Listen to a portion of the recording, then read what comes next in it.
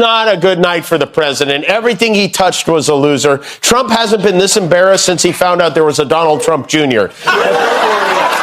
Really? I mean, literally, the moment I walked out there, I just said to myself, eyebrow up.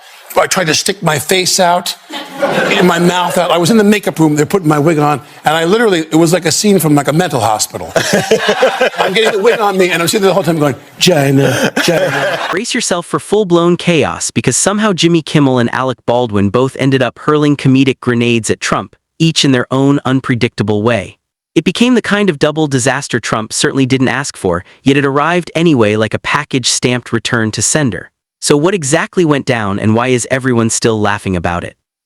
Stick around, because this comedy collision is simply too entertaining to miss, and it just keeps getting funnier every single. With all this going on, he posted up a storm on Truth Social this week, and he covered a range of topics from Biden and his auto pen to photos of his new ballroom. He bragged about getting the key. I asked President Xi if they had a problem in China.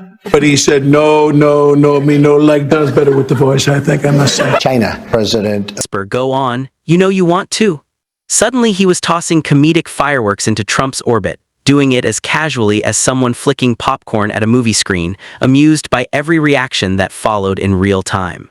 If you're tired of all the losing, fear not, he's got an excuse. In fact, he's got two of them. He wrote, Trump wasn't on the ballot and shutdown were the two reasons that Republicans lost elections tonight. Now, if Republicans had won and he wasn't on the ballot, would he take credit for that? Oh, yes, he definitely would, but he lost. And then he posted this. He posted, and so it begins, which was either a response to Mamdani winning the mayoral race, or he just sat down on the toilet.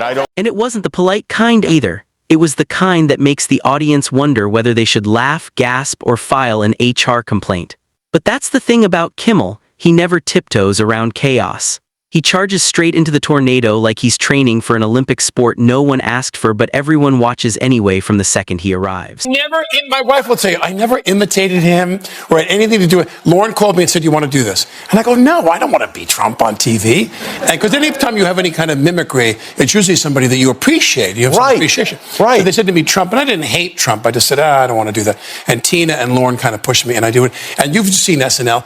And the moment the stage manager takes me to my mark for the first dress rehearsal at 8 o'clock, I had no idea. If you're enjoying this video, be sure to subscribe to the channel and hit the bell icon.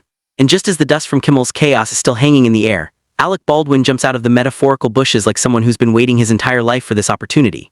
Baldwin never enters quietly. Instead, he shows up with the dramatic flair of a man who hears a challenge from 3 cities away and absolutely refuses to sit it out, with unmistakable energy driving him forward. We are on day 41 of the Trump government shutdown. Democrats refuse to sign on to a bill that would force millions of Americans off their health care and make it much more expensive for those who can't afford health care. So Democrats drew a line in the sand. They said, we are not going over this. And today, after 41 days, they pulled out a shovel and a bucket and they ate all that sand and got nothing for it. Isn't that great? You know what they got? They got a promise from Republicans in the Senate to hold a vote on health care sometime. And suddenly, Trump wasn't dealing with just one comedic disaster. He was juggling 2 entirely separate hurricanes spinning directly toward him. Not through coordination, not through coincidence, but because the comedy gods apparently woke up in a particularly spicy mood. Naturally, Trump has never been thrilled with either of these comedic storms. If sarcasm were an official sport, he'd be the spectator angrily demanding a refund from the referee, but that never stops the spiral. Kimmel fires off punchlines like he's attempting to set a world record in verbal cardio, while pretending he's just having a relaxed evening. Meanwhile, Baldwin throws in his own brand of chaos from a completely different direction, moving like a man fully aware of his cosmic role and embracing it without hesitation. And it's not the polite kind of comedy. It's the variety that makes the audience unsure whether to laugh, wince, or call for backup. Baldwin strolls through Trump's latest escapades as if narrating a nature documentary about a woodland creature that wandered too close to civilization. Every observation hits with the energy of someone who has completely run out of patience, mercy, or any desire to keep his commentary at indoor volume. Holocaust Remembrance Day. And as you know, 6 million people were at my inauguration. I mean, there were just so many people at my inauguration, but the media refuses to cover it. It's so unfair. And one day I'm going to write a memoir about this struggle and call it Martha, this black man is attacking me. Also, speaking of black men, you know who else should be in jail? Hillary Clinton. She's committed so many crimes. She's basically a black. Trump's usual political acrobatics, the kind where reality becomes optional as long as the cameras stay on, get turned into comedy so sharp it makes even the calmest viewer mutter, "Wow, that felt unnecessarily personal." And honestly, it's beautiful. Kimmel has this uncanny gift for taking something Trump said or did, pointing at it, and twisting it into a joke so wildly hilarious that you begin to wonder if reality itself was scripted by a comedy writer who got fired 3 seasons ago. Meanwhile, somewhere else entirely, Alec Baldwin is crafting his own storm, not out of responsibility or strategy, but simply because it seems wired into his DNA by now, a rare talent truly. Few people can insult someone and boost their ego in the same breath, but Baldwin manages it effortlessly. He takes Trump's wild decisions and transforms them into full-blown performance art, a theatrical roast wrapped in casual commentary. He doesn't need props, tricks, or dramatic setups. His delivery alone turns political chaos into entertainment. Gavin Newsom has been working hard to beat Trump at his own game. He's been posting these funny things like this, showing Trump as a baby. And it does seem to be getting under the president's skin. He doesn't have what it takes, I tell you that. Slimy guy. He's a slimy one. Maybe that should be his nickname. Slimy Newscomb, right? Oh, man, he can't even come up with a decent nickname anymore. It's so... Kimmel doesn't just react to chaos. He embraces it, amplifies it, and turns it into something so wildly entertaining that you almost start to believe Trump is secretly writing the script himself, and just forgot that everyone else can read it too. And honestly, Trump's latest headlines practically hand-deliver half the comedy material. It's as if he wakes up each morning determined to give late-night hosts an all-you-can-eat buffet of content. Most politicians give speeches. Trump gives full-season plot twists, and no one is more delighted by those twists than Kimmel. He takes Trump's newest outburst and runs circles around it, turning confusion into comedy with ridiculous ease.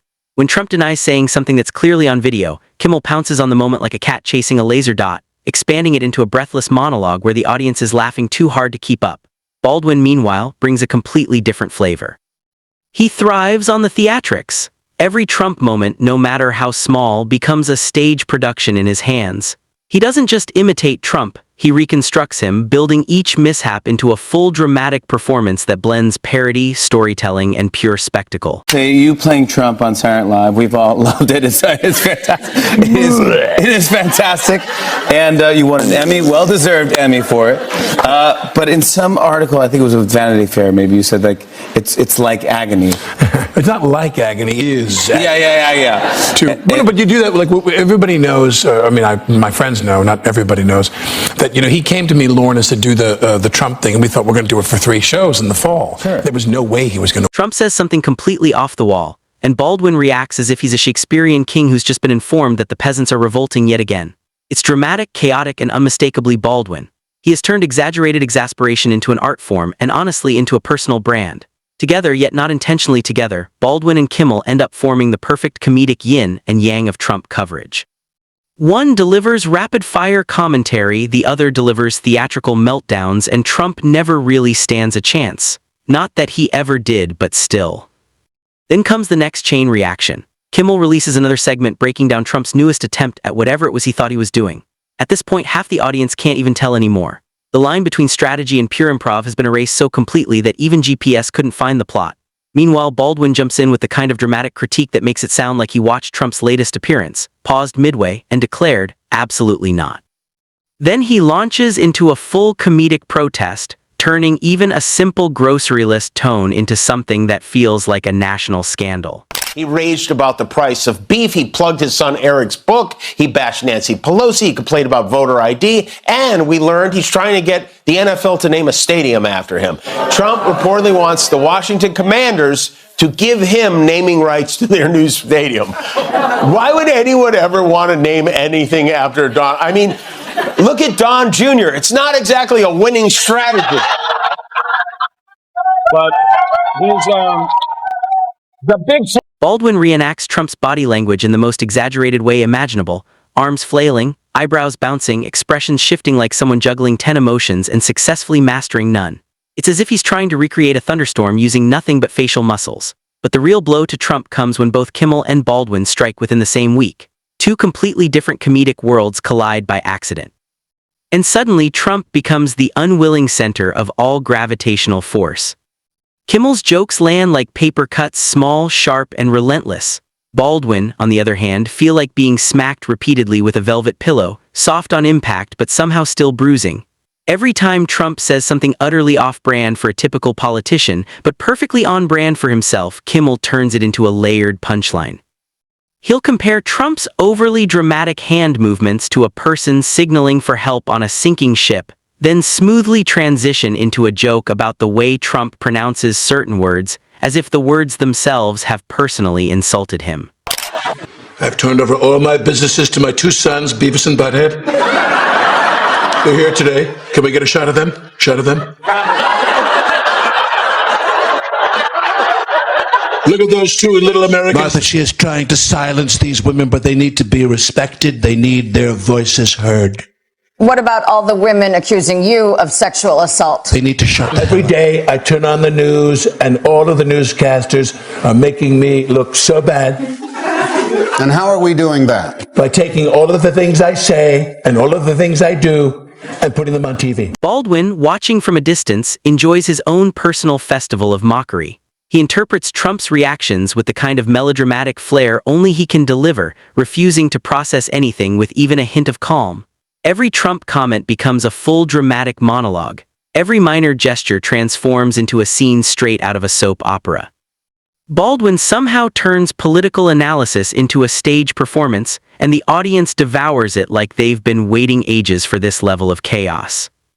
Meanwhile, Kimmel takes Trump's latest attempt at public relatability and breaks it down like a comedic field report. Trump could hold a baby, sign a document, or pat a dog on the head, and Kimmel would still turn it into a bit.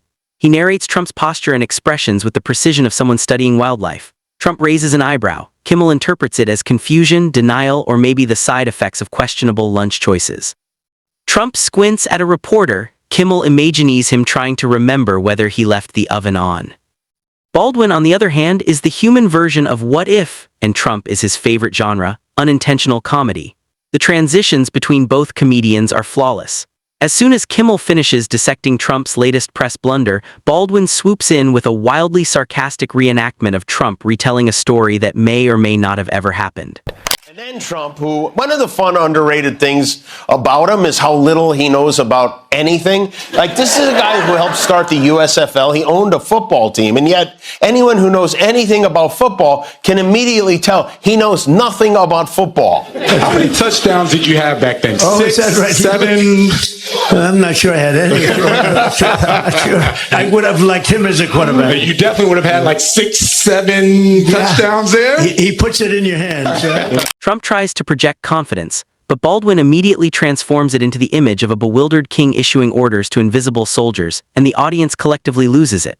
Then Kimmel jumps back in, dissecting Trump's social media habits as if he were a doctor examining an X-ray gone terribly wrong.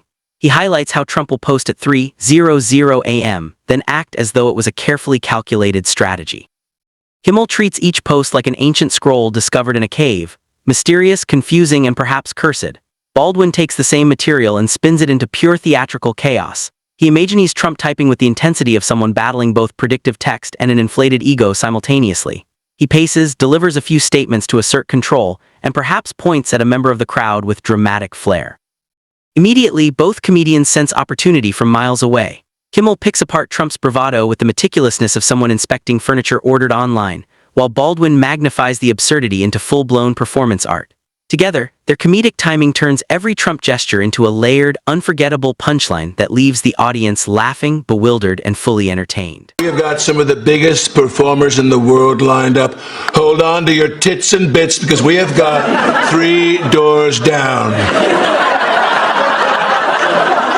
Also, from America's Got Talent, we've got Jackie What's-Her-Face. And best of all, we've got the one rockette with the least money in her savings.